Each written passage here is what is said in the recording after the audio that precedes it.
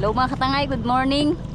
So mag-fishing kami ngayon ni Nining. Kasama natin si Nining. So wala siyang pasok ngayon mga katangay.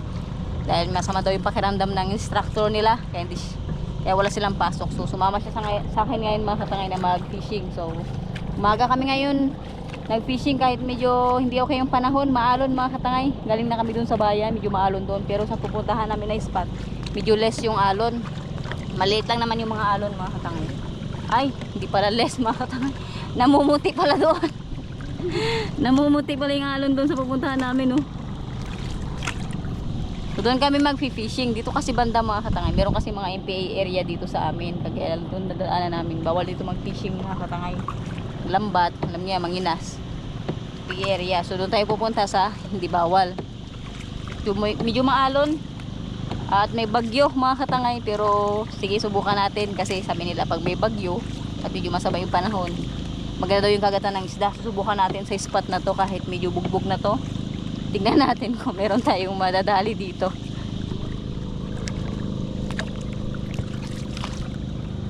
Bawi kami ni Nining sa spot. Dalawa kaming nagsasagwan para mas mabilis kami makarating.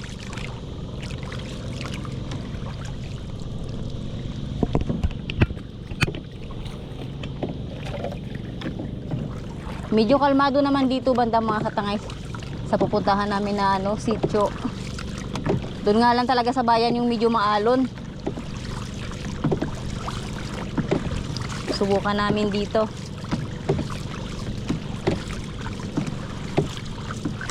Hirap na namang maghanap ngayon ng mga isda dito, eh. Mayroong pawikan ba yan? Ulo na yun ang nagalabas. Ay hindi na. Parang kahoy lang.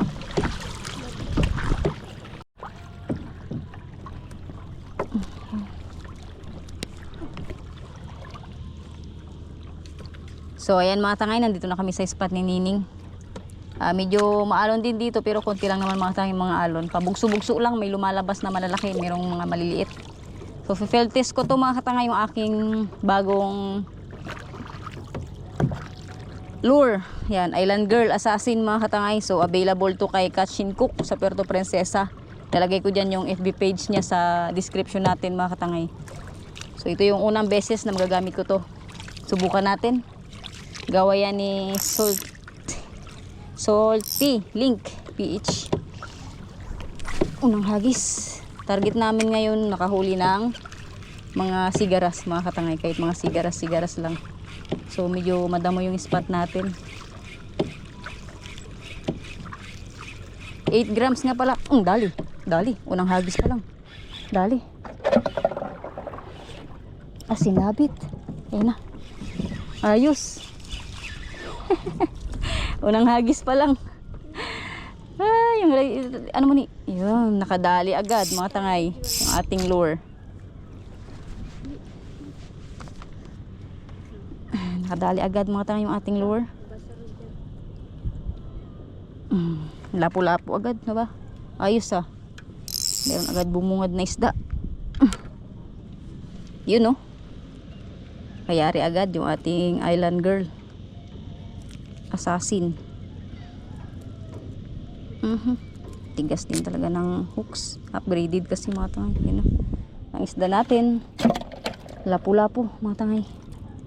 Ayos, kakahagis pa lang.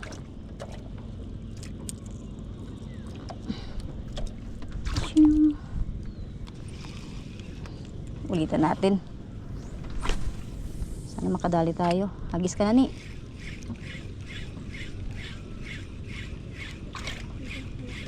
Maalon talaga yung spot mga tangay. So dito lang kami sa gilid-gilid. Pag pumunta kami dyan sa may malapit sa bahura, delikado. Pag naanuhan tayo ng mga alon na yan. Buti hindi sinasabayan ng hangin. Hagis ulit. Gulat kami sa alon. Wala, hinabol ng ibon yung lure ko. Wala niya siguro isda.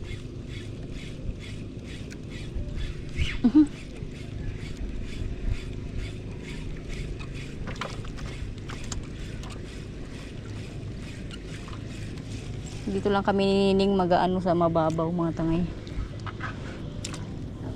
ikot-ikot. Mahirap na pag doon kami pumesto sa may mga alon. Lalo na dalawa kaming sakay ng bangka. Delikado. Sana mayroong mga kanuping-kanuping na one spot emperor na nagpababaw dito sa spot na to. Laki ng gulong ng alon sa ano, bahura.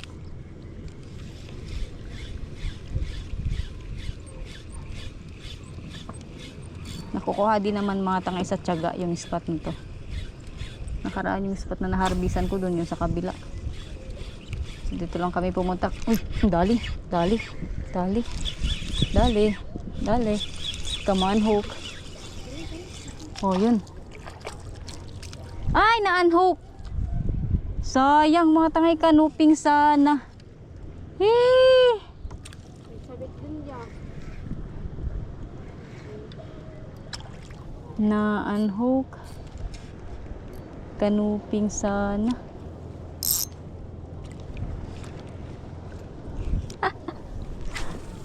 Kanuping sana mga tangay. Wala, lalaki ng gulong ng alon.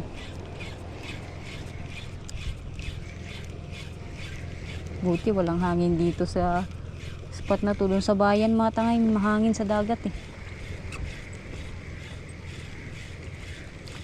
Sayang naman, nakadalawa na sana.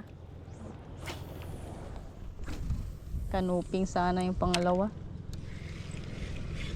Ay, may isda talaga dito oh.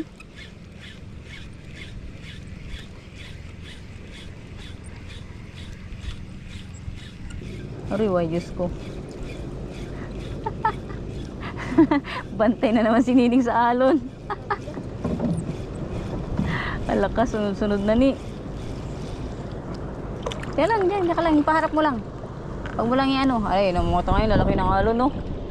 Oh my God! Sunod-sunod! Yan lang, alalay mo lang, nakaharap lang. Lalaki! Lalaki! Alani! Ang lalaki ng alon. Basta nakaganyan na, nakaharap. Huwag lang nakatagilid. Biglang sunod-sunod eh. Ano sila mga tangay eh. Pabugso-bugso ng labas. Ayan o, laki. Si Nining kinakabahan. Yung cellphone saan? Oo.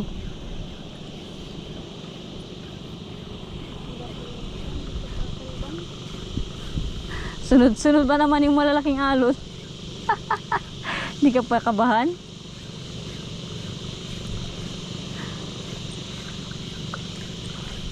Wala, nagtagilid na yung bangka. Magpababaw kami mga tangay ni Nining. Subukan namin lakarin to yung mga batuhan sa gilid-gilid. Nahirapan kami sa ano, sa alon. Wala nang kumakagat dito ba sa mababaw kasi.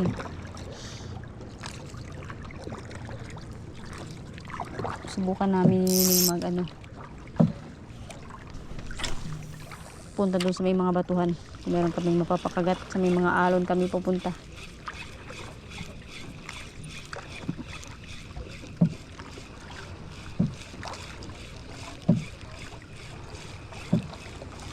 Tiyara, walang kumagat.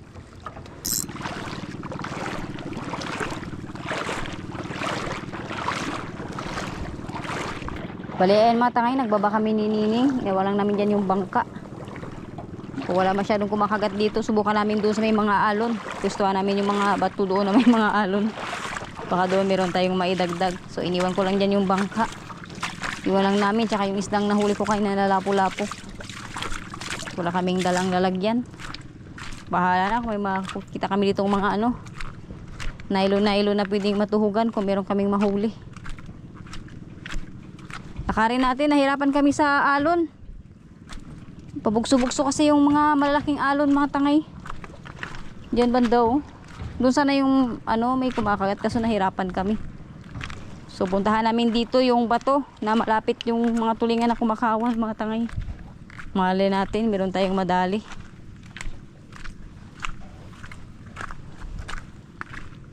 Lakarin na lang natin. Nahirapan kami sa mga gulong ng alon.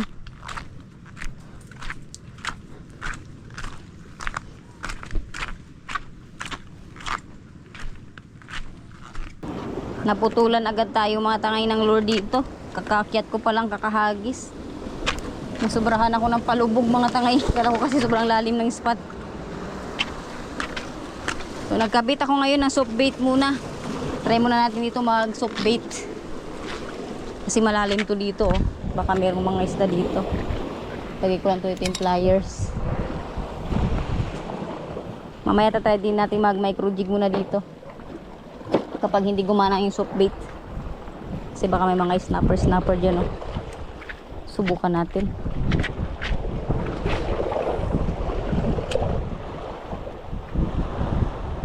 Lalaki ng alon talaga. Oh. May bagyo kasi mga tangay. Uy, dahan-dahan ka dyan.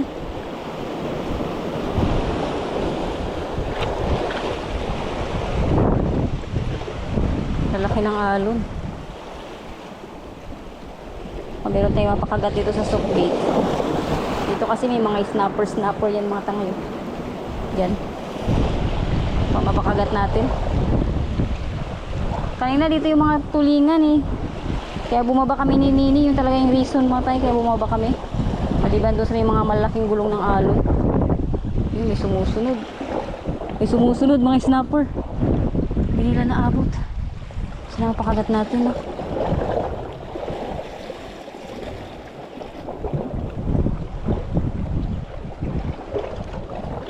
Bantay-bantay lang sa alon. Sayang. Si Nining, mga tangay, nanginginas na. Nagkukuha na yung si Himap. Dami niya nang nakuha. Subukan natin, micro jig. Basa ka dyan. Tagis. Subukan natin dyan.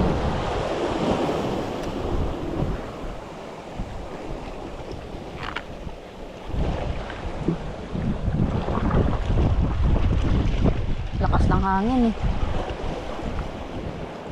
Tayo makaporma.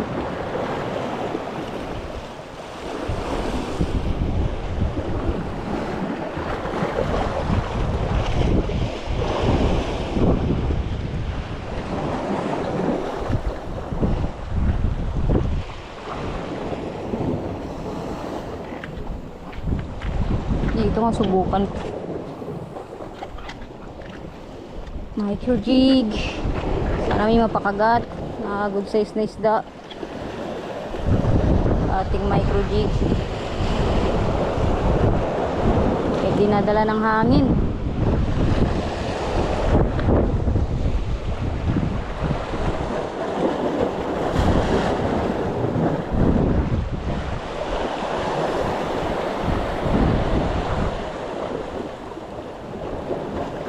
Hirap mag ano mga tangay. Kahit sa micro jig dinadala ng hangin eh.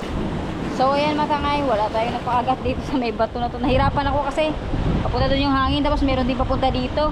Nagkakagulo sila mga tangay. So si Nining nanginas, ang dami niya nakuha ang sihi dito. Meron kaming pangulam, ayan oh. Iwan niya na nga dito. Yung plastic na napulot ko mga tangay, ito yung laman. Yung mga sihi na to, sarap to. 'Di ba? Kahit wala kami nadagdag dito.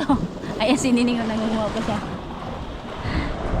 Sayang, pero mamaya pa uwi mga tangay, tatry pa natin kung meron pa tayong mahuhuli doon pag pauwi natin Pasagwan pa bayan. Grabe yan, sama talaga ng panahon. Literal na sa ganitong aura ng panahon mga tangay, bagyo talaga. Bagyong Nining pa naman. Si Nining nandito. Di ba ni bagyo na Nining? Buo na ba yung bagyong Nining? Yun, bagyong Nining mga tangay. Si Nining nandito kasama ko. Grabe, pero naka-extra ng pangulam mga tangay si Nining ngayon. Sayang, nakadonate tayo ng isang island girl assassin. Sayang. So subukan pa rin natin kung meron pa tayong mahuhuli. Pabalik na kami dun mga tangay. Delikado na dito, palalim na yung dagat. Yung mga alon mas lumalaki. Update ko kayo mamaya. Nandito na kami mga tangay sa pinag-iwanan namin ng bangka. Wala tayong nadagdag doon. Pinuntahan natin pero Merong pangulam mga tangay nang hinasinining ng sihi. Yan, uwi na kami. Kahit pa paano, meron din kaming malulutong pangulam. Isang isda lang tayo. Sobrang sama talaga ng panahon mga tayo. Hindi tayo hindi tayo pwesto na maayos. Lang ni. Lakas ng hangin. Pauwi na ang mga bigo. Nakahuli lang ng isang lapu-lapu. At pang ginisa na sihi mga tangay. Lakas na ng hangin eh. Ito na siguro yung bagyong Nining. Si Nining di. Nining yarn. Lakas ng hangin talaga. Pinilit lang talaga namin mga tangay na mag-ano ni Nining ngayon. Mag-fishing. Kasi ilang araw ng pangit na yung panahon dito sa amin. Parang nagkalma lang ng isang araw mga tangay nung nanginas kami. Yun lang yata yun. Tapos bumalik na naman sa ganito.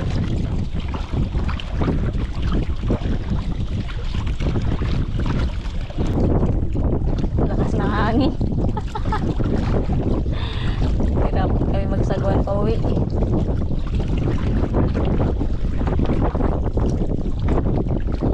Update ko lang kayo mga katangay kapag nakauwi na kami ni Nining. Lakas na ng hangin. Ayan, hello mga katangay, nakauwi na nga pala kami ni Nining at ligtas po kami nakauwi kahit sobrang lakas ng hangin mga katangay. So nagluluto na si Nining. Yan, niluluto niya na yung mga nakuha niya kay Nanasihi. Yan o. Sayang din daw kasi mga katangay kung hindi niya kukunin kasi naglabasan na kayo sa may mga bato kaya pinangkuha niya. Kahit pa paano nakalibre pa rin kami ng mauulam. Dami niyang nakuha mga tanga, isang plastic bag. Nakita ko kaya na plastic bag. Si Nining oh. Yeah, di. Niluto niya na ako kahit pa paano mga tanga, meron parang kaming naulam. Masama pa rin yung panahon dito. Oh. Grabe yung alon oh, sa labasan. Malalaki yung alon. Naabutan kami ng malakas na hangin nung pauwi na kami. Hindi na namin pinilit mga katangay. Subukan lang natin ulit. Sunod na sunod na video natin, subukan natin ulit na mag-fishing. Sana pala rin na.